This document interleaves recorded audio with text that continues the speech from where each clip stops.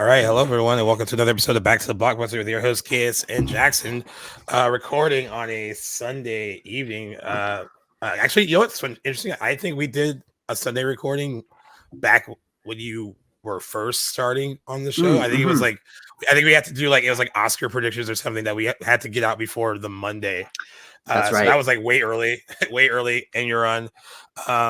But anything to accommodate our ever fluctuating schedules to get these done. So I love a Sunday because it's almost like a guaranteed movie day for me because it's like, it's the day of rest and I usually spend my Sundays watching something. So the watch for today is fresh in my mind. It was also a recent rewatch. So it's just great to not have to like put a day in between the actual watch versus the recording of the episode. So very happy that it worked out in our favor. We got a really busy week recording tomorrow too with another anniversary episode.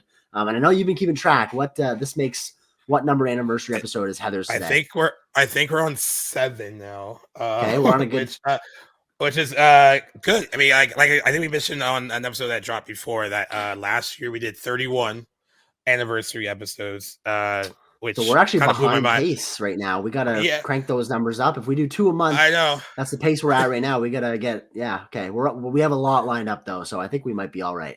We do, and I think as once it'll be harder to like maybe avoid like, all right, man, maybe we'll just suck it up and crank in 3 if we really want to do that extra one. But there's so many for this year that I think like everyone that listens to it, I think we're gonna top 31. So I think they have high hopes for us.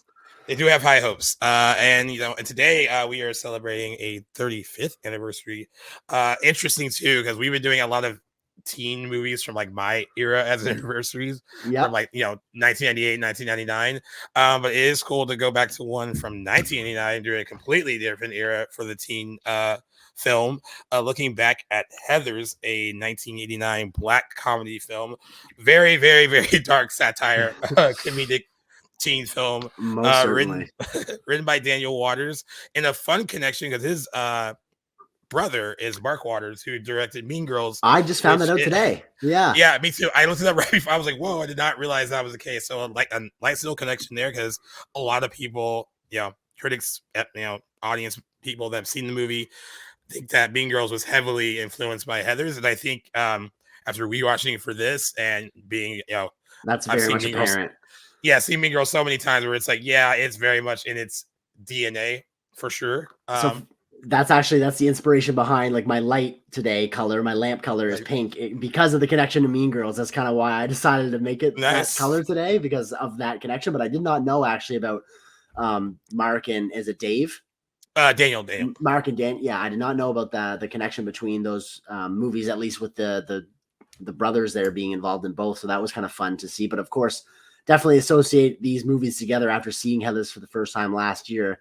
Very clear. At least there's even some scenes that seem beat for beat very similar. Similar. Which is awesome. But lots of actually watching some videos since, there was quite a few other properties that seem to, if not being directly inspired by Heathers, definitely borrowed a little bit of the formula for sure. Riverdale was an interesting one that some people had mentioned, but I guess there's some characters in Heathers that had the same names as the Archie comics too, which I think predate Heathers. So I think it got some influence too. Definitely. And the movie is significant for a lot of reasons. I think because by the time Heathers comes out in 1989, that era of the teen film in the 80s was kind of coming to a close. Basically, it was the golden era of that genre of film for sure, right? Wrapping up near the end of the decade, 100%. And a lot of those movies were popularized by John Hughes, who did like Ferris Bueller's Day Off and Breakfast Club, 16 Candles. This is the anti-John Hughes movie, is it not? And it is. And Daniel Waters really said that he wanted to write kind of the anti-John Hughes movie. And it's interesting too that it comes out around this time. And because I did mention this when we did Bill and Ted, but like there was a comment when we did Bill and Ted's Excellent Adventure, because that came out in 89 as well. But it also filmed early because they had to shelve it because like the studio was on that almost went bankrupt and they had to find a new home for it. But one reviewer made a comment that they were surprised that Bill and Ted, when it came out at the time, that it did so well because these films were kind of trailing off at the box office and they weren't as significant as they once were in the early 80s, mid 80s. And even though, oddly enough, I didn't know this until doing research for today, Heathers was not a box office success when it came out in '89. It kind of Interesting. it flopped actually Oh, when it came out in okay. '89. It had a $3 million budget and only made $1.1 million. But Wow. I think the problem was the studio behind it. They were also going bankrupt. And I think by the time, I think it's like New World was the one that released it. Yeah, New World Pictures. And by the time it came time to release it, there was just no money to really promote the movie. Now they did their best to put it out, that like they knew they had something special because it premiered at the Sundance Film Festival in January of 1989, and movies like this really weren't pushed at those kind of festivals, so they knew that they had something really unique. And it did win the Independent Spirit Award for Best First Feature, Nice. and then Waters received the Edgar Award for Best Motion Picture Screenplay. It was really well received by critics, Okay. more even more so retroactively. There were some critics at the time that found it kind of very dark, and the subject matter of using teen suicide as a plot device for humor was also kind of not seen very highly by a lot of critics. But this is another great glowing example of a movie that truly took off and became a cult classic once it came out on home video, and became very, very huge after that. And like we said, it was the inspiration for Mean Girls. And there's another movie that came out in 1999 called Jawbreaker. I did a deep dive with I movies with saw Mr. that. I'm not familiar with Yeah, that movie at all, so I didn't really realize the connections. yeah, I did. I did a deep dive with movies with Mr. Mario for Jawbreaker. Because it was one of those movies that had a 25th anniversary in February. We had a packed schedule already. I didn't want to throw it in there, but I was like, Worth covering. it, yeah, and so we were able to do a deep dive on it, and in similar fashion to Heathers. Now, the thing is, Jawbreaker did not get good reviews from critics when it came out, but in a similar fashion, it flopped like Heathers. Okay. But Jawbreaker has a huge cult following now. It became huge when it came out on home video, and that Daniel Stein, who wrote and directed it, said that he really wanted to make a Heathers for his generation, which is why Jawbreaker is very mean spirited. There's not a lot of Okay. there's not a lot of like, there is some redemption and some like, oh, there's the message, but it's very like little.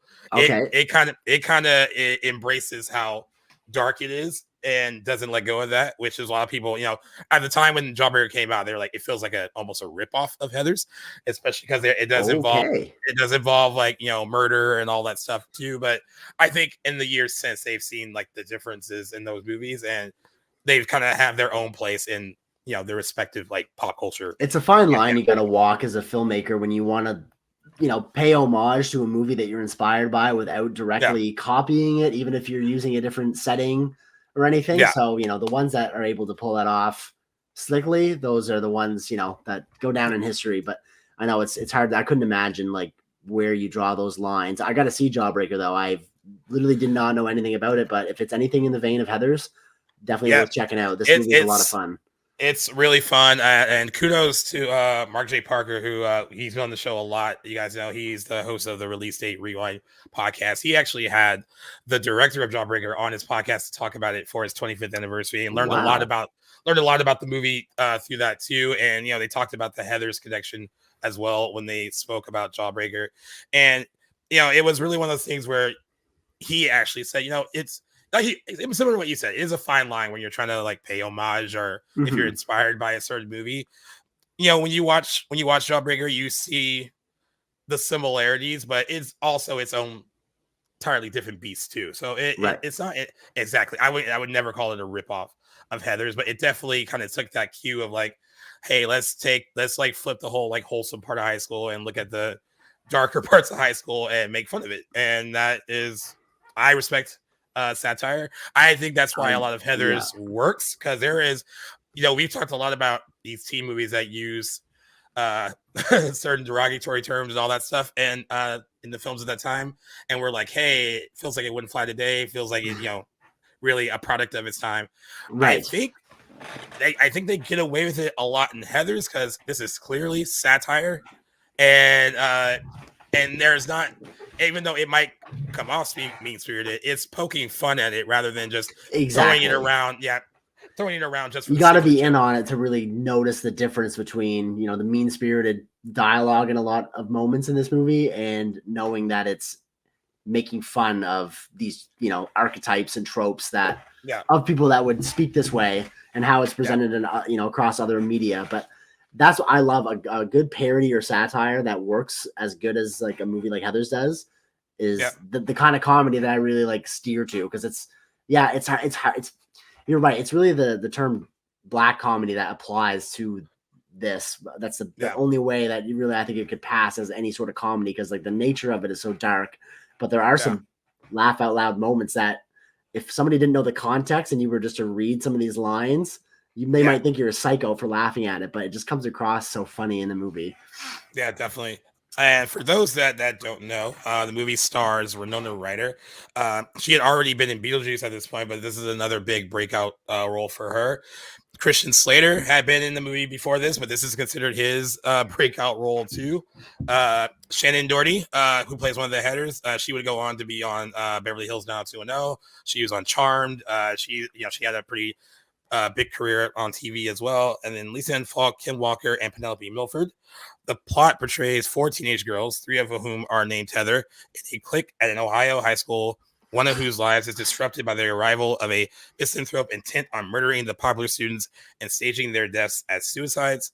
Waters wrote Heather as a spec script and originally wanted Stanley Kubrick to direct the film. Oh Out of, my God. out of admiration for Kubrick's own black comedy film, Dr. Strangelove, Waters intended the film to contrast the optimistic teen movies of the era, particularly those written by John Hughes, by presenting a cynical depiction of high school imbued with dark satire. So you said that you've seen it before, but this fairly recently. But what Yeah. were your thoughts on it that you can remember when you first watched it, and what are your thoughts on it now? So this is a movie I got I didn't buy it for myself, but I gifted a physical copy to Cam. Like for those that don't know, like one of my long-term best friends, my movie watching partner. And I think it was his birthday or Christmas. And I saw a copy of this, and like, for whatever reason at the time that I picked it up, it was floating around in some circles and it was on a list of mine to look out for. And I saw it. I remember the case of the DVD is black, and like the word Heathers on the side of the spine is like very contrasted in like a dark shade of pink. So like I saw it immediately. I was like, oh, that's a snag. So I picked it up.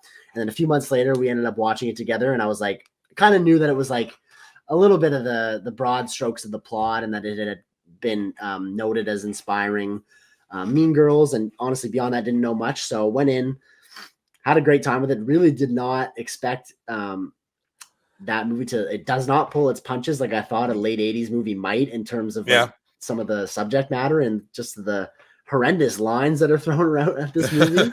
I didn't expect that from a movie from this era. So I remember being quite like impressed that the screenplay really got away with as much as it did. There's some things in there that definitely lock this movie as being like a product of the 80s, but not to a detriment. In that way, I do feel very much like this movie would not go down the way that it does in this one. And if you were to remake it for the modern era, it definitely feels like a product of its time in that regard. But it was so much fun. By the time it progressively kind of gets more outlandish as you go, we find out JD's kind of like master plan. But I thought that was a lot of fun. There's some 80s cheese in there to love. There's a few things probably that I could nitpick at it, but like for the sake of it, not even really worth. Like it was a watch I definitely anticipate seeing again in the future. Today was no different.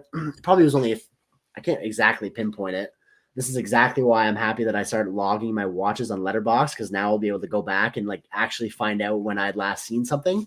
But it was probably, if I were to guess, like maybe like 7 or 8 months ago that I'd seen it for the first time. All so yeah, but a really great watch.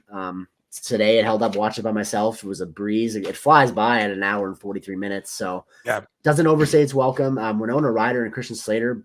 I know more Christian Slater roles than I would Winona Ryder, but Winona's great in this. The only thing I've seen in her recently was Stranger Things, and that's, she's one of many characters in that show, but she really shines. I thought she was fantastic. Christian Slater is always likable, like no matter what kind of character he's playing. He's one of those like sneaky favorite actors of mine. So to see him in this was great too. And the whole cast all around thought was fantastic. I really enjoyed it. But you said offline, this is like basically I know it wasn't your first time watching it, but it had been so long. You said it was kind of like a first time watch again. So what did you think after wrap? Did you watch it today? I guess I should. Yeah, I watched it today. Nice. Yeah. Okay. Yeah, it was actually when you like said like this 5:30 work today, I was like, perfect. I was still in the middle of watching, and I was like, I'm sure it'll be over by then because Yeah. I when I start something, I don't necessarily look at like how long it is until it's over. Right. And then I hit pause like right when you said that, and I was like, all right, that gives me more time to finish it. So it's like fresh in my mind now, which is good.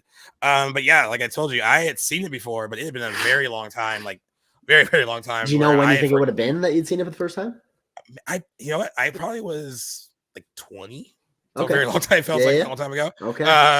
And I didn't remember a lot of it. So watching it now, it felt like I was watching it for the first time. There were like certain things I kind of remembered, like dialogue wise. The one that stood out the most was "fuck me gently with a chainsaw." I didn't remember that. And but I love movies like this that are like the script is very smart and witty. I love very snarky sense of humor, and like this has that in spades pretty much. And I also was impressed by, like you said, with Christian Slater and Winona Ryder, but the whole cast is really, you could tell, committed. Like they knew exactly, except for, you know what, she's committed in the movie, but then I read later about Shannen Doherty that she quite did not understand the intention of the film, apparently, according to she plays Heather Duke, is that right? The one that kind of replaces Heather Chandler, right? Apparently, she didn't realize that this was a dark comedy. She thought she was making a drama, and and so, but in the movie, you don't gather that she is like detached from the material. Like she also has some moments that are really good. But overall, it's thinking about Winona Ryder. So she was, I think they said 16 or 17 when she did this, or when she came in to do it. I meant to look that up, and I didn't. So glad that you brought that up because I was going to check. I would not have placed her as that young though. No, me either. And that was part of the reason why they didn't want her at first. Yeah, they looked at Justine Bateman and Jennifer Connelly back in the day, and she really wanted the part, but she had done Beetlejuice, and she said that she still looked like that part. Like she looked like Lydia, like kind of goth, very not like they needed her to look for the movie. And they're like, no, you're not right. You're not pretty enough, is what the writer and director said. And she was like, she kind of got it because she didn't look the part. She was like, she looked like more like maybe someone the Heathers would make fun of rather than like part of the group. So she like, they I guess she said they took her to the Macy's and the Beverly Center and they gave her a makeover, and she came back and they're like, all right, she looks the part now. Now her agent didn't want her to do it because they're reading the script and they were like, this is not it. And she because they said they would ruin her career, and she said she got down on her knees and begged to her agent to let her take it, and then she ultimately did, and I guess that worked out in the long run. The rest is history. Yeah, Winona Ryder, I know you said you're not really familiar with a lot of her stuff, but she was huge late 80s through mid 90s. Like she, Beetlejuice, Beetlejuice, of course, the obvious one for sure. I think Edward Scissorhands came out a year after this, so 1990. Yep, you're right. There's another one. She's in Bram Stoker's Dracula. Like she is in a lot of stuff like during that time period. And then she had the whole like shoplifting scandal, and then she kind of went away for a little bit, and then she became like a really big like Hollywood comeback story when she got Stranger Things, and that. Who's she married to? I don't know. Now she did date Johnny Depp back in the day. They're not together anymore. Right. I think that might have been who I was thinking of actually. Yeah, she is married to someone named Scott McKinley Hahn. I don't know if he's anyone in the industry, but she was actually with Johnny Depp from 1989 to 1993. So around the time this movie came out is when that started. 83 to 89? No, 89 to 93. To 93, okay. Was she ever with Keanu Reeves, or am I just thinking that because of Dracula? I think just because of Dracula. Because I have seen her in that. I did see that a couple of years ago for the first time, which was great. But maybe I was thinking that they had been dating. But I think you're right. I think it was Johnny Depp that I was thinking that she had been with. But yeah, most of those properties you just named were the performances of hers I've seen, and I've always enjoyed her. She is great. I'm crazy that she pulled off this role at that young age. Were her co-stars older than her? Were they all the same age? What I read is that some of her co-stars were around the same age. Like Shannen Doherty was a little bit older than her, like 18. And then Lisanne Falk, who plays, and that's gonna be like, I'm trying to get all the like Heathers right. She is Heather McNamara, so the the other blonde, not the one that dies first. Right. She was 23, so she was the oldest, and she lied about her age to so she would appear. Oh, And they didn't find out about her real age until production started. So they're like, "Oh, she's already here, so can't get rid of because her." that's not the first time I've heard about that happening in Hollywood, and I Uh, just would have guessed that there'd be more standardized hiring process where you like provide well, documents of the you're stuff. gonna learn about this a little bit more too tomorrow because Gabrielle Union, she was in She's All That in 1999 and 10 Things I Hate About You in 1999. We're covering that movie for its anniversary. She, on both movies, lied about her age. She was 28 when she did both of those movies, and she lied and said she was much younger. And they didn't really look into it until she was already cast. And they were like, "Well, she's Oh, here." okay. And Gabrielle Union still looks stunningly beautiful, and she looks young still. And Right. she looked smart of a teenager then. So they were like, it didn't really matter that she was far removed from being in high Right. school. But yeah, there are examples of that. Another big one is Mila Kunis for that 70s show. She lied about her age. She was 14 or 15 when she got cast and said she was much older. Oh my and they goodness. Okay. and they didn't find out. They didn't find out until they already started the show. So it is interesting. Like any normal job does standard background checks to find out things Right. about I you. And mean, like, why would this be any different, right? right. Strange. And Christian Slater, I'm glad you said that he is a sneaky good I love Christian kind of leading Slater. man because he has the look, like he has the look of a like Hollywood like leading man, but like he was pretty popular, late 80s through pretty much the same time period as Winona Ryder. Yeah, oh yeah, they took off like definitely 90s and onwards for sure. Came out of their yeah.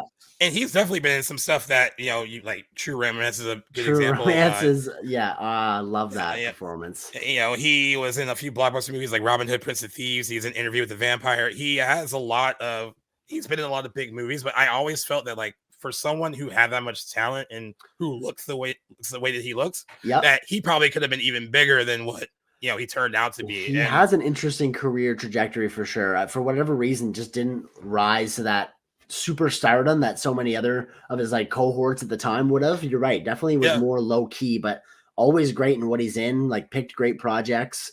I would like that. He'd be a great guy to like deep dive someday because like he really just should have went for. But maybe that was like strategic. Maybe that's just not what he was after. Who knows? Could be. And like in a similar fashion to Winona Ryder, like he didn't really have a lot scandal, but he was one of those other actors who later in his career he gets another big role. Like he was on iRobot?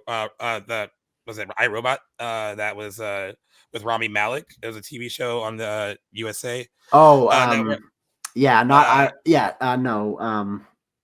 What is that? No, That's Mr. Robot. Mr. Robot. Yeah. I was thinking about the Will Smith movie. Yeah. Mr. Robot. He won a Golden Globe for that. I did not even know he was in that show. Cam is always hyping that show up, and I've never seen it.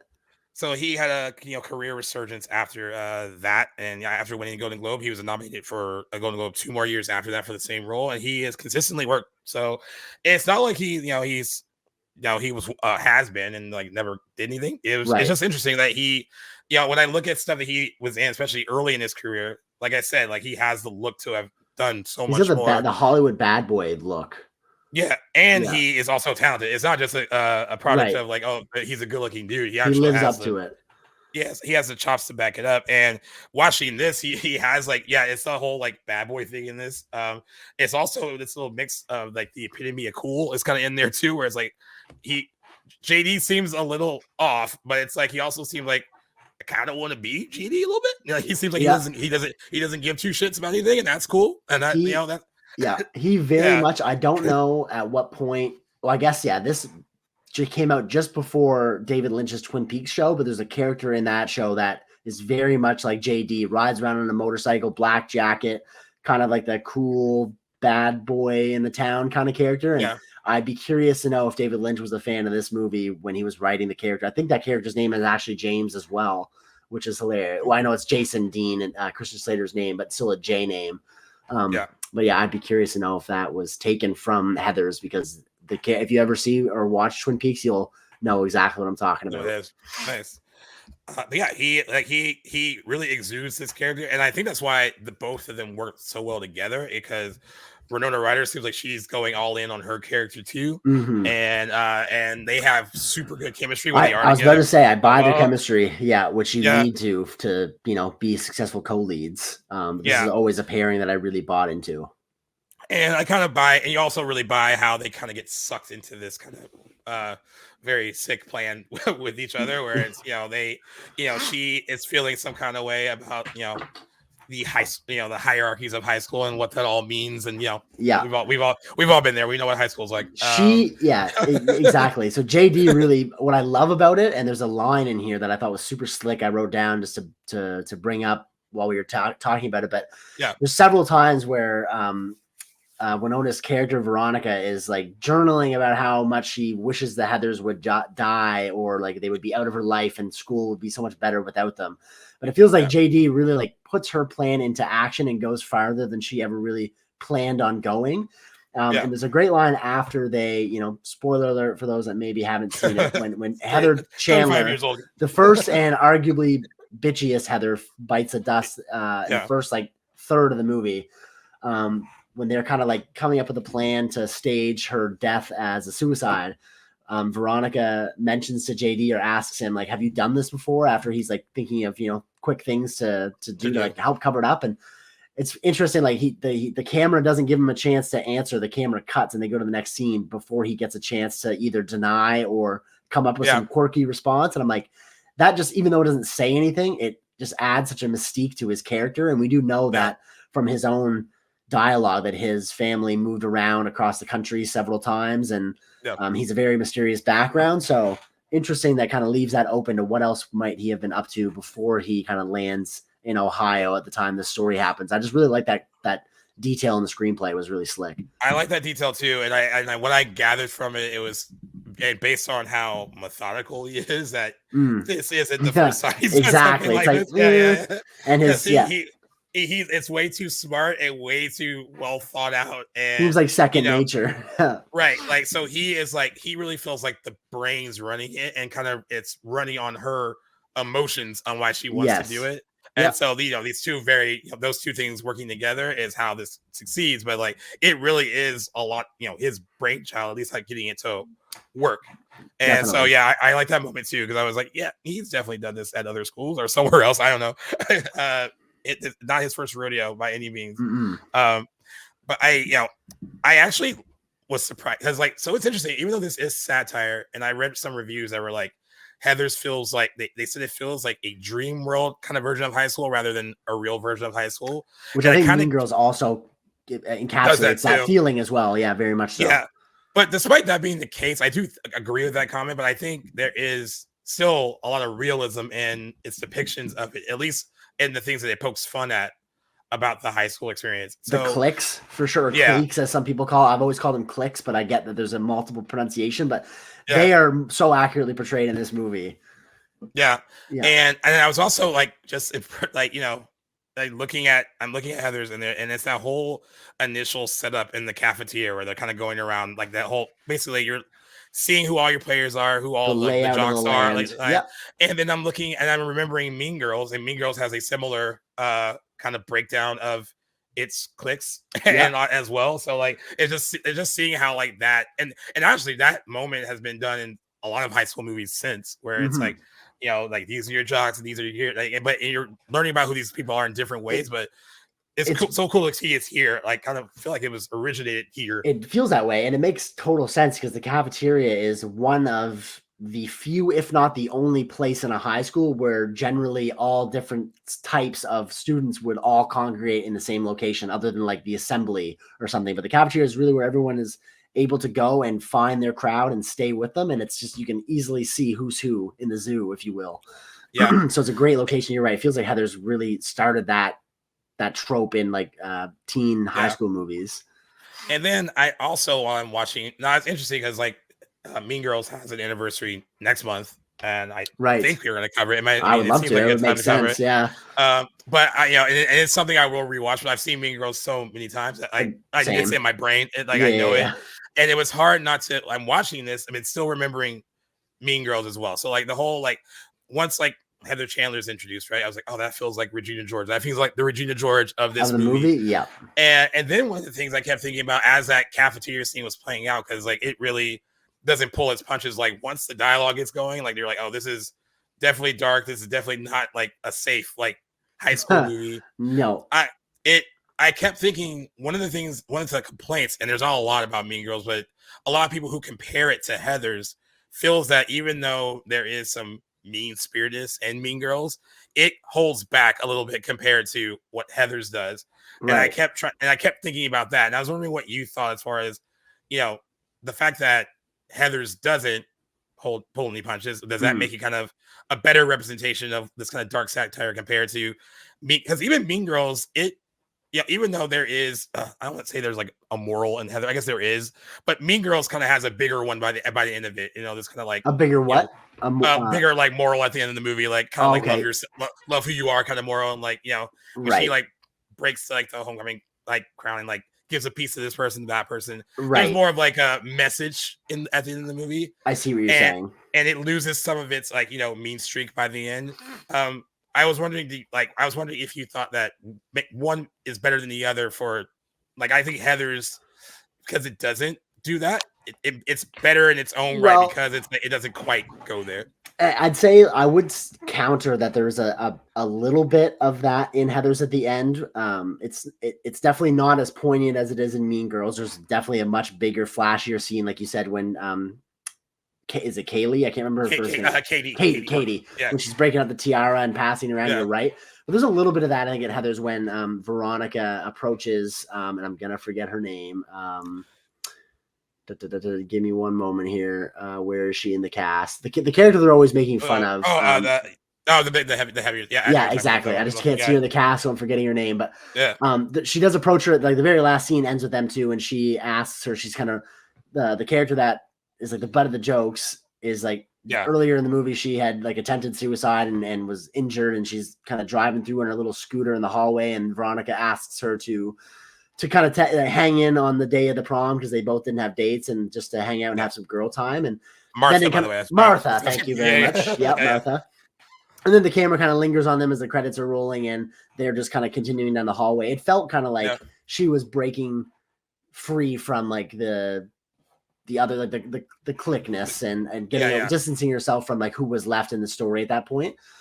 But to answer your question like more thoroughly, I'd say I would give the edge to Heather's because it doesn't pull those punches, because it really leans into like, I think a big part would be like the offensive dialogue is just more of a genuine like realization of like how society really works in these cliques and in this setting, where Mean Girls definitely has like a couple moments of some offensive dialogue by today's standards, but it doesn't have anything close to what I think Heather's has in several scenes.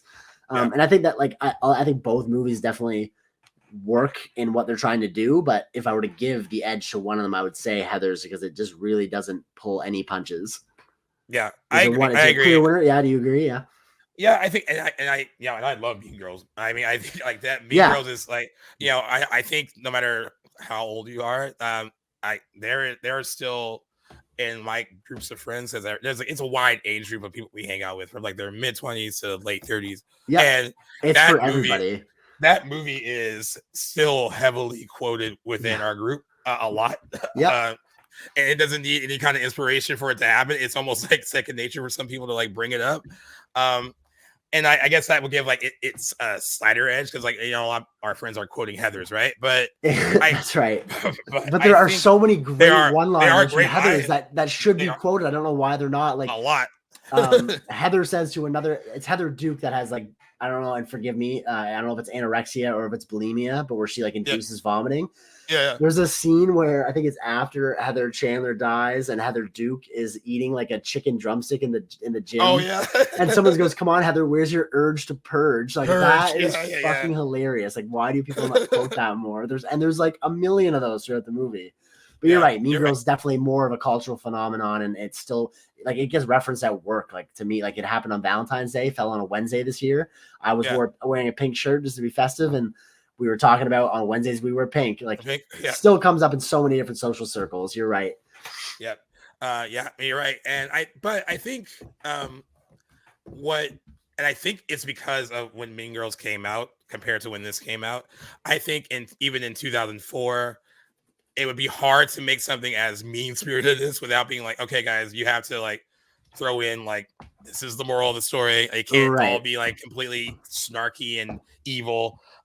So I think because of a product of when Mean Girls comes out, it can't really go as completely full, like full bitchy without it has to show the consequences of everyone's behavior. Like Exactly.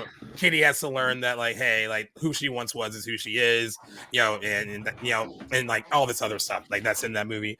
In 1989, I don't think they really, at this point they're like there weren't movies like this, so they're like, hey, let's go full out and Yeah. not have I agree with you. There is a little bit of that message by the end of But it doesn't feel Heathers. as bold and like clear as Or it as comes heavy-handed either. as it comes in Mean Girls for sure. Yeah.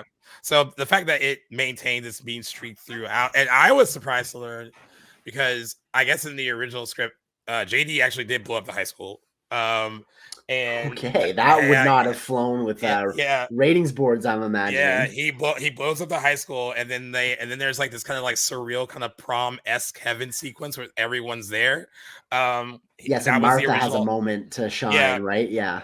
that was the original darker ending, but New World Pictures, if they said if we get to distribute this movie, you have to change the ending because that's too dark. Like you have that we can't murder the entire like high school class in a Well, bomb it's not that I explosion. don't like the ending of Heathers, but like hearing this alternate ending that was in the original script just would have really elevated this movie if they had shot it that way. Yeah, sure, it would have Well, been dark, but like that just it this feels more in line with what the movie yeah, is. Like this is yeah, it's a yeah, Hollywoodized ending for sure. Like yeah, Heather or Veronica gets there in time to sabotage JD's plans, and she comes out as the morally grounded hero of the story, and like it ends in the yeah. typical 80s like Hollywood ending, but for definitely a different sort of movie. But you can tell it's concocted from the minds of studio execs and ratings boards rather than the screenwriter. Yeah, but I was like, that ending would have been. I mean, it is dark, but it would have. And The actually, it's though, dark. right? Yeah. Yeah, it's dark, but having the whole like surreal kind of prom like heaven sequence kind of would have maybe softened that a little bit. Like, oh, like this is where things were meant to go. I kind of wish they would have kept that ending because it It would have. also, yeah, it would have called back to an earlier moment in the movie where somebody says the only place that in society where all these different social groups can like Yeah, be together be, is in heaven, right? that's what JD says. Like right Yeah. before like, I believe the bomb. Yeah, so I think that would have worked a lot better. I understand their Yeah, unease. I Like, get it. hey. I get it too. Yeah. But I guess it also, even despite the ending that we get, it is still kind of dark in the sense that hey, Veronica is our hero, I guess, but she's still committed murder. I guess there's also that, Right. and she At doesn't least manslaughter. slaughter, yeah, and Yeah. she doesn't get caught. So there's that part of the story too. When the credits roll for this, I was like, we're rooting for someone that still did Yeah. horrible things, but I mean, also it's the nature of the movie. So I was like, Sure. you want her to not get caught. We're You want her definitely to on like her side for sure. right, And we feel especially like compared to JD. that's a great point. There's a bigger antagonist at play. And you also feel like as the audience, we are made to, I believe, at least I felt this way. The negative acts that Veronica's character portrays or puts out, we feel as an audience, that's kind of like what we want. We're not on the Heather's side. We don't want to see them here. If maybe we wouldn't have conspired to kill them, but now that they're gone, it's kind of like Yeah, that's a net good for the characters in this movie. yeah, and I think you get a sense of that as an audience member when it's going back and forth from her writing the diary entry or journal entry. And it's going back and forth from that party she goes to with Heather Chandler, where that guy's trying to sleep with her, and she's like, she feels sick and she wants to leave, and Heather's like, no, we're not leaving, and then she like throws up, and like, yeah, you're seeing all the reasons why, like, oh, like I would hate her too. Yeah, exactly. As she's going back and forth writing it, like her inner thoughts about wouldn't life be better without them. So like, yes, like you said, none of us would go, to the lengths of wanting to kill. Hopefully. I hope not. Hope not. But in the space of movie land and in this movie, they make you understand Veronica's motivations, I guess. Like enough for you don't completely hate her too, because it's like because Right. you have to because like it's one of those things where there's like the moral ambiguity is like very like one person is clearly evil, or more so. More so, And yeah. and I think also what makes Veronica different from JD, of course, is that she eventually does get some kind of moral compass. Like, this is wrong. She actually has it a few times, even after they do each one, where she's kind of like, Even before Heather yeah, Chandler, she's like, this is not as far as I want to take this, as much go, as like this is kind of like I would like this to happen, but you're being, you're going over the edge here. Like yeah. she I feels agree. very I much mean, like a passenger in the plan the whole way through. like, I love when they like. I love because they're doing like these very adult things, right? But I love after the two jocks, they kill the two jocks, and there's this argument in the car, and it's such a childish argument about like where she's like yelling at him, and they're going back and forth with each other, and Yes. like, and that actually brings that down to a more human moment for her, where it's like, at the end of the day, she's still in high school, she's a teenager. They did these truly awful things, but like Right. once you think about them and reminisce on them, I'm glad that they actually showed that part. That's why I like when there's like some kind of human moment in satire too, because it kind of can play like both sides of it, and I think they do that with her Mm-hmm. and her reactions to each thing that they do. I think too, in an alternate universe where, like, say by the end of the movie, if Veronica were to like be put on trial for these crimes, I think a good lawyer would be able to get her off. And here's why: because in the first scene, and this kind of actually helps to break down the deaths in order. So in the first Right. death scene, Heather Chandler, they're trying they break they not really break, but they kind of oddly just enter her house on a Saturday morning, just kind of like they Yeah. belong there, and they're trying to get back at her and think of something to help make her like throw up as like revenge for the party scene, like you mentioned earlier. And Veronica is just trying to make some concoction with stuff in the fridge, and JD goes down under the sink and is pulling out these toxic chemicals and makes a concoction in a glass. Yeah. And we see she's looking at JD when she grabs the glass that she thinks is like the milk and orange juice combo. Yeah. And I think it was JD also that gives Heather the drink. Yeah. And Heather takes it herself. So like Veronica didn't exactly hand or set it up for her to die. It just kind of like was, a miscommunication, if you will. Yeah. And then there's another great moment in the screenplay that I wanted to bring up that leads to the deaths of the two jocks whose names I cannot remember at the moment. But there's a scene where they're kind of concocting how to Kurt and Ram. There we go. And what's the second one? Kurt and Ram. Ram? The two jocks. Yeah. Okay. I knew it was an R. So yeah, so after the Kurt and Ram date goes sideways and she's looking for revenge on what those guys said that happened on this date that didn't. There's a scene like where they're kind of hatching a revenge plan for those two. And JD asks her, and it kind of seems like it comes out of nowhere, but he goes, "Do you take German in school?" And she goes, "No, I take French." And then he comes up with this thing about how his grandfather in World War II snuck out these like dummy bullets that like would penetrate the skin, but that just are a tranquilizer and don't actually kill somebody. And that's what they use to shoot the jocks with in the prank. But, and I didn't notice this after, but the slick part of the screenplay that I'm getting at here is the words that he calls these bullets from Germany are German for "I'm lying," which kind of sets up that she's being manipulated and actually thinks that these wouldn't kill them, even though she does fire the gun at one of them. I don't think she knows that it's going to kill Ram or whatever jock she ends up shooting. So anyway, back to the point is I think she's not as complicit in the murders as the movie even makes her out to seem. Like she's definitely under the thumb of JD. You might be right, because there's that initial accident. So like she does the countdown where she's like the 3, 2, 1 countdown when they're doing setting up for whatever happens to them, right? And then JD comes out and shoots one of them. Right. He falls down, and it seems the way that she's reacting. At first, you're looking at it like, oh, and she fires her gun, and he runs away. Right. And at first, you're thinking like she's laughing as a sadistic thing, or is she laughing because she still thinks this is the joke that won't end with him like completely like dying? Because the way she reacts to the guy's body on the ground, it's almost a surreal like. Like she almost said something like he doesn't look too good. Like she's almost like she's surprised, like nervous laughter. Yeah. So like that makes a lot of sense. Like maybe she isn't as complicit in the things they're having, and JD's the mastermind. On this watch, anyway, I more felt like she was more being manipulated by JD than being complicit with the murders. Even though she does say it multiple times, this is kind of what she wants for these characters. I don't know that there's evidence that would really commit her to actually doing them. You know what I mean? But it'd be great, make for good analysis. And then JD, of course, she's has nothing to do really with his. I mean, she does almost kill him, but he definitely survives quite a bit before inevitably, going up in flames. Yeah. God, what was that line? They said that they were sword fighting in your mouth. I was like, Jesus Christ. Yeah, that was, oh boy. Yeah, it definitely That's doesn't hold back ridiculous the dialogue. at all.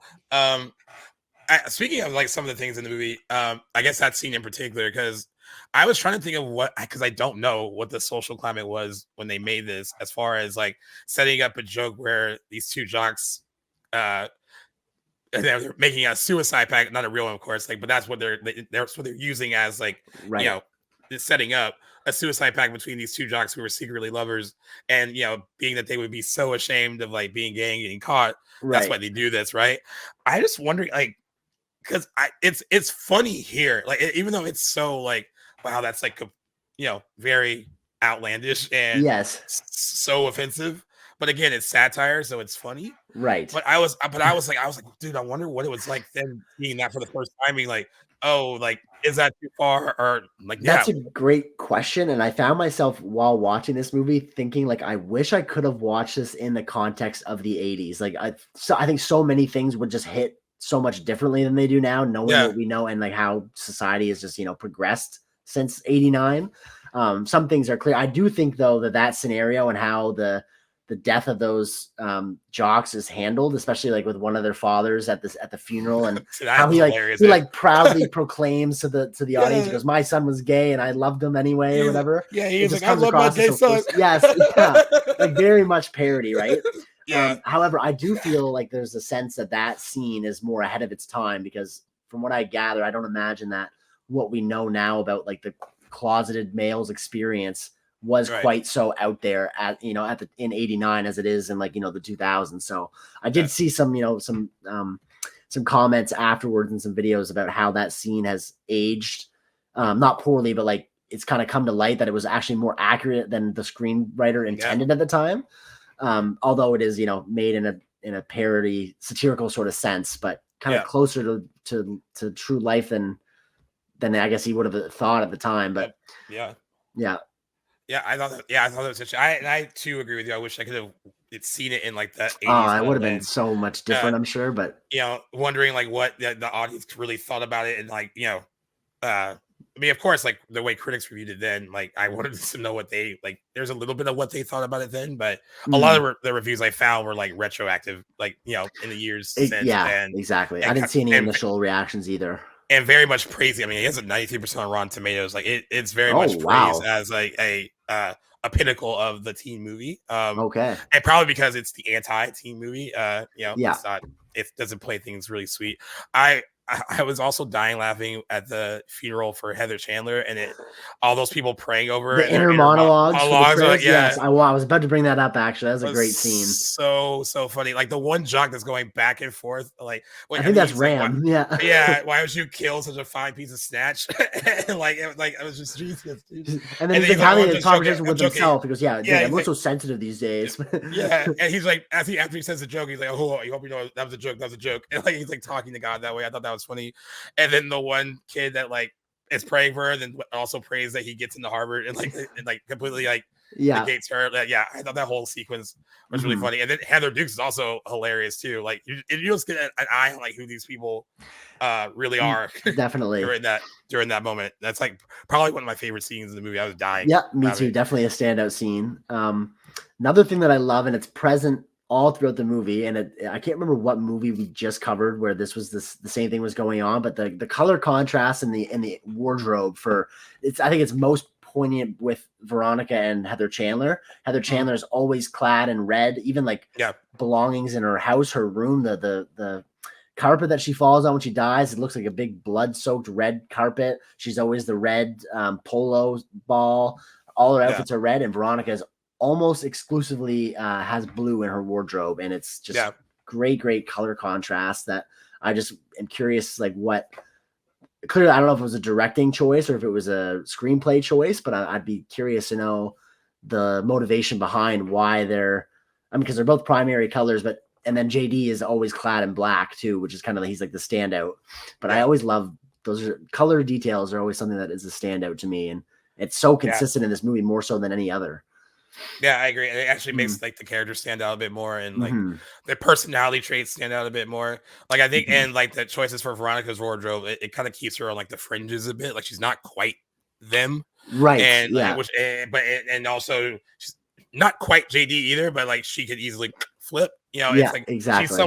she's somewhere in the middle, and it kind of gets explained a lot too when like her and Heather kind of get in that argument where it's like she essentially says that she almost like basically made her, and like Right. she Yeah. wouldn't be You're popular at nothing all without me. Yeah. Yeah. Yeah. without me. Yeah, like they wouldn't be popular at all. Like so, like Mm. she was always on the cusp, I think, and like never quite. I mean, she's the only one not named Heather, so True that. there's yeah. Which there's another example that I had written down, but I was desperately wanting to bring up. I don't know if you ever watched the show Recess growing up. Yep, Yeah. I did. Yeah, Didn't occur to me until after, but for those that know the show, there's a clique of girls called the Ashleys yeah. in that show, and there's That's one. funny.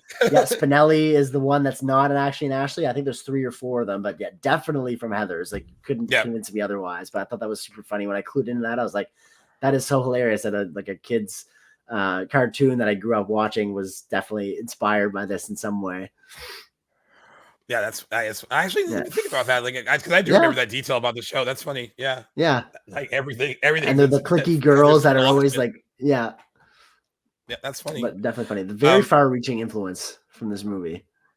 yeah, I agree. I was also thinking too, because also the whole I was thinking of that song that they write for this movie, the teen suicide song that plays on the radio, which was written for the film, Oh, did not know is that. yeah, it's pretty. What's that? Teenage suicide. Don't do it. I mean, it is Pretty a on the really nose. funny kind of Yeah. kind of Yeah. satirical kind of song. Of course, teen suicide is not funny at all whatsoever. So I'm wondering if you're showing this to young people today, and they're seeing it for the first time, Yeah. do they see the satire and joke in it, or is it kind of like, hey, this is not at all funny? It is really interesting when certain things like, this is made in '89, right? Which is why you and I can watch it now and be like, hey, like this is funny for the time, and it Yeah. Yeah. Yeah. actually is. And a lot of these jokes still work today because a lot of this is still like relevant today. It still like Yes. exists today. But if you were showing it to a teenager of today for the first time, would Man, this I don't go know. over I well do at not all with know. them? Like the first thing as like a counter example to this that was a big popular piece of media that dealt with teenage suicide that I actually liked the first season of the show, but 13 Reasons Why. Why? Such a Yeah, different approach to teen suicide than Heather's is. It doesn't see it's yeah, not satirical at all. It actually takes itself quite seriously and the subject matter. yeah, And for the most part, at least in the first couple seasons, does a great job. But I feel like that is more resonant with young people today, like the nature of like 13 Reasons Why the seriousness of it. than Heather's would be. Like I actually think Yeah, Heather's might, at least with today's audience, pose a risk of glorifying teenage suicide, like it right. clearly is poking fun of in the context of the 80s. I actually I'm surprised when you mentioned that it has a 93 on Rotten Tomatoes. Like to myself, I don't know obviously when the most recent ratings were put up there, but if I were to guess, I would say that they're older scores because I just don't know that I see like a lot of like new people discovering this movie in this day and age, like enjoying it as much as we might. I could be wrong about Yeah, that, but I'd be curious to see how, because the themes, of course, of Heather still resonate, but I'd be curious to know if people would enjoy it as much if you were to show teenagers now this movie that otherwise might never ever come across it. I think that'd be yeah. great. Great experience, like experiment to see how it would hold up with like teenagers of today, or at least the same target audience. Do you think, like, what do you think about how it might be received? I don't know, man. Like, I'm glad you brought up 13 Reasons Why, because I actually watched that show too, and I only liked the first season because, of course, that was the only season based on something, and then Off the because it book, was so yeah. And I yeah, read the book too, and it was actually pretty faithful. because it was so popular, they of course milked it and gave you more seasons. I even But like season 2, but I dipped out after like 3. so like what I respected about that show, and I know it got a lot of flack for. They thought a lot of people that looked at it said that it glorified teen suicide, and then when I was watching it, I was like, I don't think it did. Now, I didn't their think so their either. their complaints were that it was using teen suicide as a plot device and almost use it as a sort of like murder mystery, like find out why this kind of happened to her kind of thing. But I was like, okay, fine. Like if you want to say that using it as a hook glorifies it, that's a little bit of a reach to me. But I was like, I still think the serious nature of it could be fairly understood by the teenage audience who is watching it. So that was well said. But do I think that teenagers of today are? I don't want to. I mean, because I didn't want anyone insulting my intelligence when I was a teenager, and not saying that I wouldn't understand satire or true. That's so right. So I would hope that they would understand that this is a joke, but since a lot of this I feel is even more of an issue today, would they think that joke is funny? I don't know. That is like a kind of where I'm at on that. I would hope so, because I mean, like, but I don't know if they would. I also just I worry that there's so many like young people today that just would be so not on board with like movies like that are considered old, like even though this is it's 35, but like I have like even some friends that like consider like pre-2000s old, or even like I've mentioned some movies that we cover that are 15 and like, oh, that's old. I'm like, yeah, that's not old, but I definitely have trouble believing that like young people today would watch a movie from the 80s about high school and like try to take the message seriously, or like trying to look beyond the surface of it.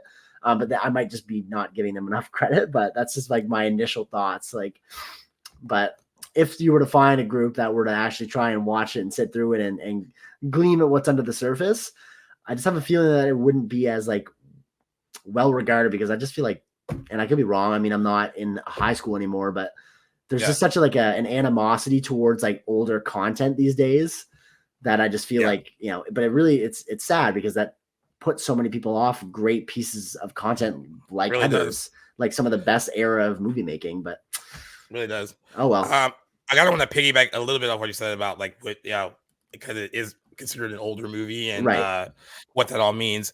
I thought it was interesting. They said that Waters created a specific set of slang and style of speech for the film, wanting to ensure that the language of the movie would have a timeless quality instead of just reflecting teen slang at the time. Okay. And they said that the film is among the most cited in the Oxford English Dictionary as well. No way.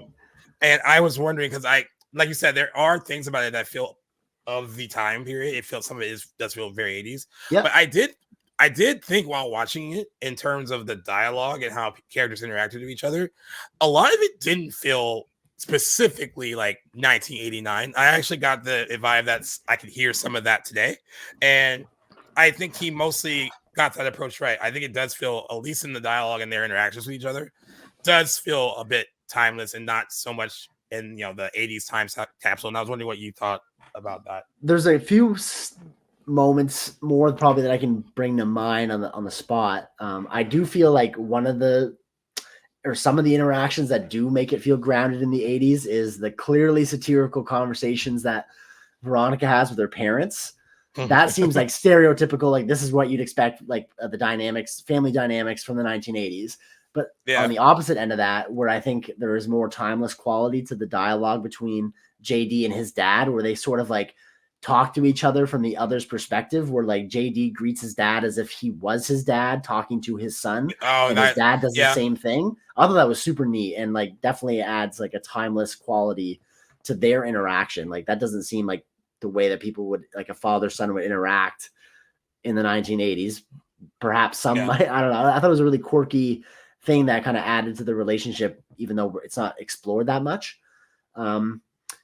Definitely some of like how the jocks talk to each other and about other people in the cafeteria scenes, for sure. That seems very stereotypical 80s to me. But again, it's like a parody. Like that's what they're aiming for, but definitely grounds it in the decade, I think. And then the journaling of Veronica definitely feels like an 80s thing to me. Yeah, it definitely does. Yeah. I was just thinking when you're talking about her parents, when the mom walks in and thinks she's like hung herself, and she like goes off with this like almost emotional kind of like, oh, I should let you like get that job at the mall that one time, and then she like comes back to life and she's like, oh, and like the way that there's no reaction from like she's like, oh, and then like it's just like that whole exchange is just really funny and just definitely weird. Different. Yeah. 100%. But yeah, I think a lot of it, I mean, I think some of it is kind of like the jock speak especially. I mean, I know there's a lot of movies that make fun of that now, Yeah, and jock speak. That's so funny. it's certainly different now. But that means some of the stuff they were saying in the movie does feel like you can grab it from like any '80s film during that period, and that's how jocks were depicted pretty Very much. much so, and it does a Um, great job of depicting them in this movie. but I thought the girl dialogue was pretty much like it felt like I could hear that. Like I kept thinking of Mean Girls. Like it just Yeah, felt like it was like just a different twist on some of their exchanges with each other. So I mean, for the most part, I think he got it mostly right. That it feels like it can be watched today and like it wouldn't feel like, at least dialogue wise, that it's an '80s movie. I find it so impressive when a member of the opposite gender writes dialogue for the opposite gender and does it well. Because this seems like, I mean, again, as a guy, seems like a genuine dialogue between ladies in a high Yeah, school setting. But for it to be written by a man, I'm like, that is even more impressive. Um, all the more similar. I always bring in like another good example. This is S.E. Hinton, who wrote The Outsiders. Such a yeah. great example of a woman writing male dialogue and even inner dialogue that is so representative of what it is actually like. So I always find that super, super impressive. And Heathers does that great because it's a female-centric, female-led movie written by a man, but like done really, really Yeah. well. I think this movie, if it had to be remade, I would say make it female directed. And I think it would be a great addition. So But that's interesting too. Okay, so they Heather's was turned into like a musical for a little bit. There was a TV show that was going to be done by the original writer that was all set to go on on the Paramount network, but then there was a tragic school shooting around the time that it was going to come out, and they shelved it permanently because they were like they just wouldn't. They thought it would be in poor taste to do a high school, that kind of thing. Um, and I thought about like, hey, I wonder could they remake Heathers today, or would it just be too similar to a new generation of Mean Girls, and like they wouldn't get it? So right.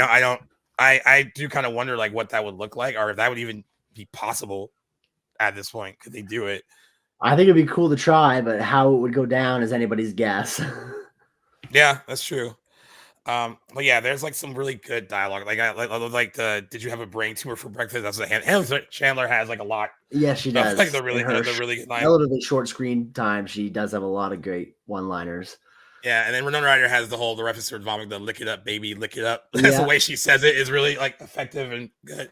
I actually think out of I told you I love Edward Scissorhands and stuff. I actually think this might be my favorite thing that I've seen Winona Ryder in. And I know is that you said right? you Eh? haven't seen her a lot, yeah, but like she is, and she's also really good.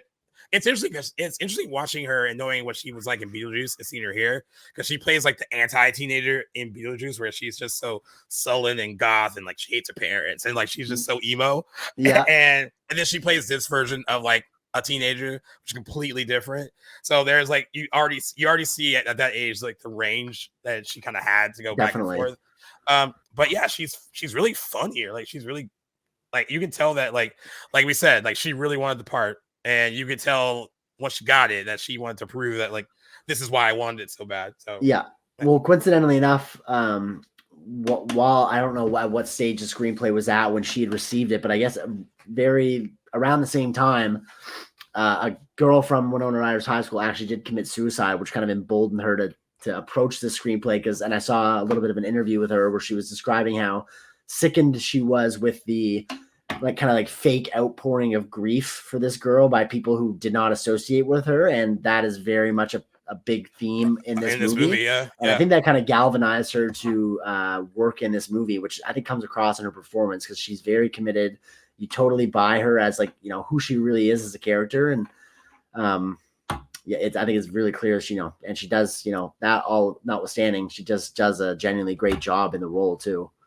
And by the way, you do kind of see. I even saw this in high school, where not necessarily like suicide, but where it was like something tragic might happen to a fellow student, and there are people who have genuine empathy, and they're like, "Oh, I feel so bad." But I also saw the other side of that, where it felt like other people who were trying to be empathetic were simply being empathetic to jump on the bandwagon of being empathetic for attention, and that Right. is something that can happen when there's like some kind of tragedy, especially amongst young people. I mean, I think like that.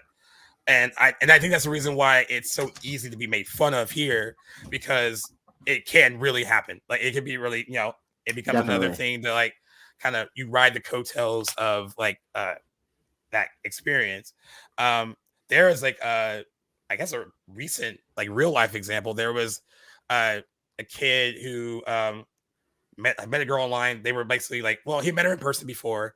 They were teenagers and they had met once, but they had this like online relationship where they were constantly talking with each other. And he had told her about how he wanted to kill himself.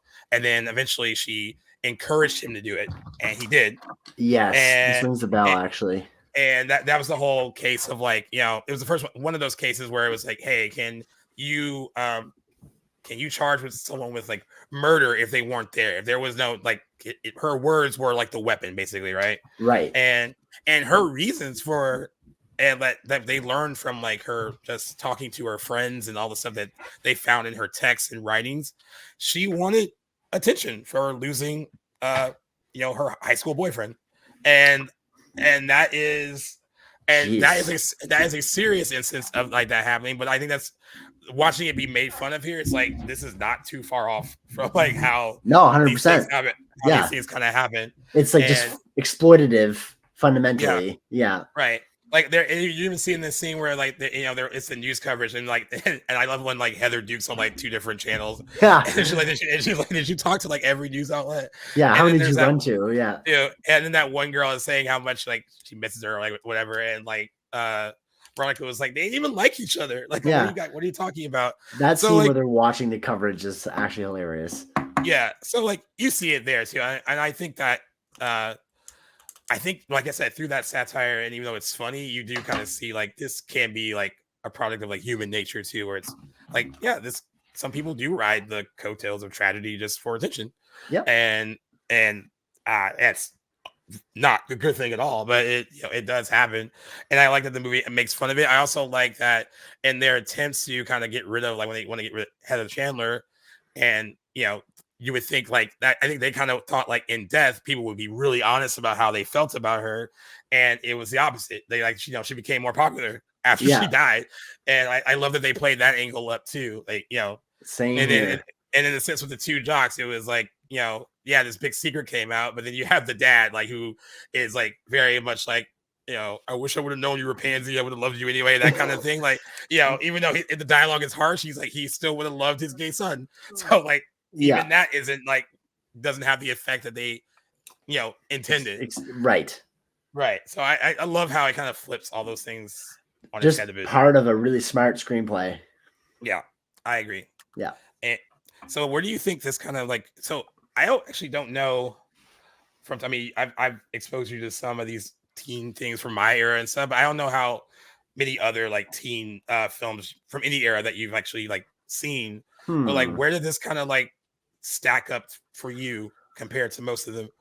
Ooh, I mean, of the ones that we've like specifically covered on the show, I'd put it near the top. Of all the other ones, like there's probably some other great examples that we haven't covered. Like I'd put it like maybe like around. I think I like it probably as much as I liked Cruel Intentions, but for different reasons. Like I don't like it quite as much as I'd like. Like I love Dazed and Confused. Right. As a teen movie, I love The Breakfast Club. I would put this some kind of somewhere in between like The Breakfast Club and Cruel Intentions. Somewhere like there. So I have a high regard for this movie for sure, but I'd have to like maybe stack it up across some more examples that I could think of off the top of my head. But of the teen movie era, and this is kind of feels, it's of a different era than some of the other ones that we've covered.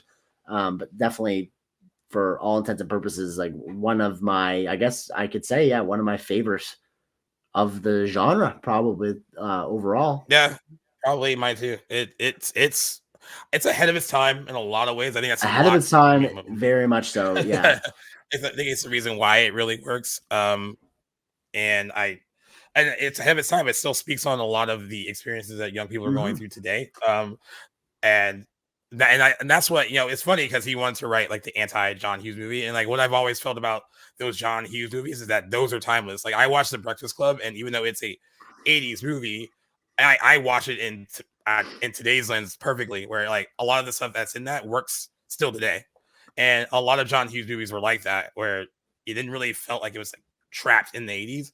Right. And and I know we've talked about whether anyone can watch Heathers today. I think Heathers has that timeless quality where it doesn't feel stuck in its time. It feels, just because the themes feel very topical too, Right. and that is why this it also other side of the spectrum continues to work. Yeah. But yeah, it's a hell of a smart movie. Like, probably a lot smarter than it has any right to be. 100%. And some other little fun facts to throw you. Brad Pitt read for JD, but he was Oh rejected. man, he would have been great too. I love that it went to Christian Slater. Christian Slater, but I think Brad Pitt would have killed this too. It's interesting too, and actually a fun little thing. Brad Pitt ends up in an interview with the vampire, and it was Christian Slater. Christian Slater. Yeah. So a few years later. A few years later, Christian Slater said that he threw a big tantrum and tossed a script in the trash after he assumed he bombed his audition, but they really liked him. And he was signed on to play JD shortly after Ryder was cast, and he said that he channeled Jack Nicholson for the role, and I guess I can kind of see a little bit of that. JD. Is there another role of Jack Nicholson you think that he was inspired by? Because I know that he wrote Jack Nicholson, but didn't he get a reply, I guess, at the time. So I thought I was like, I don't know what Jack Nicholson I think he's trying to channel, or if it's just like. I think of like before that time, I was like, would it be One Flew Over the Cuckoo's Nest? I don't know. I was like trying to think of what role he does. He does seem to have mannerisms in his performance that seem similar. Is it like Shining? The Shining Jack Nicholson? It could be actually, because he does get more unhinged, progressively unhinged. As the movie goes on, it's clear that he's crazy. Which I thought was interesting too. Heather Graham actually was offered the part of Heather Chandler. Heather Graham, as we know, she went on to be in like Boogie Nights, became like a big actress in the time in her own right. But she had to turn it down because her parents disapproved of the script as well. No surprise there. And interesting about Shannen Doherty, she was interested in playing. Was more interested in playing Heather Chandler, but they thought she was really good at playing Heather Duke. So she got that part. But I do think it's interesting because I know I mentioned it earlier. They said that she ran out of a screening of the movie because when she realized it was a dark comedy and not a drama, she was upset by the finished product. And I just don't know how you could be filming what you were filming and not see that this was clearly like comedy and satire. I wonder because even her stuff script or something. Well, even her stuff feels like it's not serious. Like she has some stuff that's clearly funny, but I don't know. I did read that she had a very conservative upbringing, so I'm wondering if that would have contributed to her. Like maybe she was just naive and not privy to how the social atmosphere really worked in a high school. Because I know that she had trouble delivering some of the more heinous dialogue that her character has. So I'm thinking that has something to do with it. But I get you. It's like, how are you not aware of the intentions in the movie? But I think that has something to do with it, if I were to guess. Because I think she's the one that says, "Get off my dick, runner," or something like. Are you pulling my dick? Yeah. Apparently that was a line that she struggled to deliver, which is hilarious. Yeah. And it's so funny because Shannen Doherty down the road becomes like the bad girl of TV. Like she's Brenda Walsh on Now 2-0, and she was. Now we know kind of what happened back then. There was a lot of things that were going on in her life, but at the time she was fired from Now 2-0 because she was, wasn't getting along with the rest of the cast allegedly, and she was the one that was causing the most problems allegedly. And then she gets on Charmed, and there's a similar problem on Charmed with Alyssa Milano, and like so it's so funny that she had this kind of, and then she has this rep later for being like the bad girl of television, which has since gone away. Now she's fought a brave fight with battle with cancer, and like she is still living and thriving and has become a big spokesperson for that. And she has a podcast now where she actually goes back and revisits like Now 2-0 Charmed stuff she's worked on. Also talks about her her road with cancer and interviews different celebrities from her era as well. So I think she's kind of like embraced all aspects of her career now. Which when you get older, a lot changes, and I think you think of it all a bit differently. 100%. Down the road. And although the movie is set in Ohio, it was filmed entirely in Los Angeles. Corvallis High School in Studio City. That is now British Academy in Studio City. Rodrigo Hills High School is another place they shot, and John Adams Middle School also in Santa Monica. So there were a lot of different locations for the school. the funeral scenes were filmed at Church of Angels in Pasadena, where there was also scenes for the Buffy the Vampire Slayer movie filmed there, and Just Married. Yeah, as well. So that it's interesting how they get fake LA for or LA can be Yeah. fake for Ohio. I'm watching it though because I know those areas. You do very much see that it. At least watching for me, I was like, that feels. Even then, I was like, that looks like LA. But Okay. you know, I guess most of it shot inside, so that kind of would yeah, obscure where the location. I know there's obviously the wood sequence, which I wouldn't have guessed LA would have many, dense foliage, but I thought it was yeah, convincing. You couldn't have told me. I wouldn't have known where this was shot at all. yeah. Pretty neat And though. there is a 4K of this movie. I didn't know that till today, so Whoa. Okay. Sick. I need to get it because I have like an old copy of this. So I Yeah, I have an need old to DVD. Yeah. yeah, I would like to get that on 4K as well. The initial reviews, Washington Post said it might be the nastiest, cruelest fun you can have without actually having to study law or guard leather products. If movies were food, Heather's would be a cynic's chocolate binge. And Roger Ebert gave it 2.5 out of 4 stars. And he said, Heather's is a morbid comedy about peer pressure in high school, about teenage suicide, and about the deadliness of cliques that not only exclude, but also maim and kill. He says, while conceding its ability to provoke thought and shock, Ebert questioned how the mixed sensibility as a dark murder comedy and cynical morality play led to the difficulty of the audience understanding the film's point of view. Okay. Interesting. I thought at least he didn't hate it. Yeah, no, it seems like he liked but didn't loved. And it is widely considered by many critics today to be the best teen movie ever made. Okay. I think, Okay. yeah, I mean, you can go across High any outlet. praise.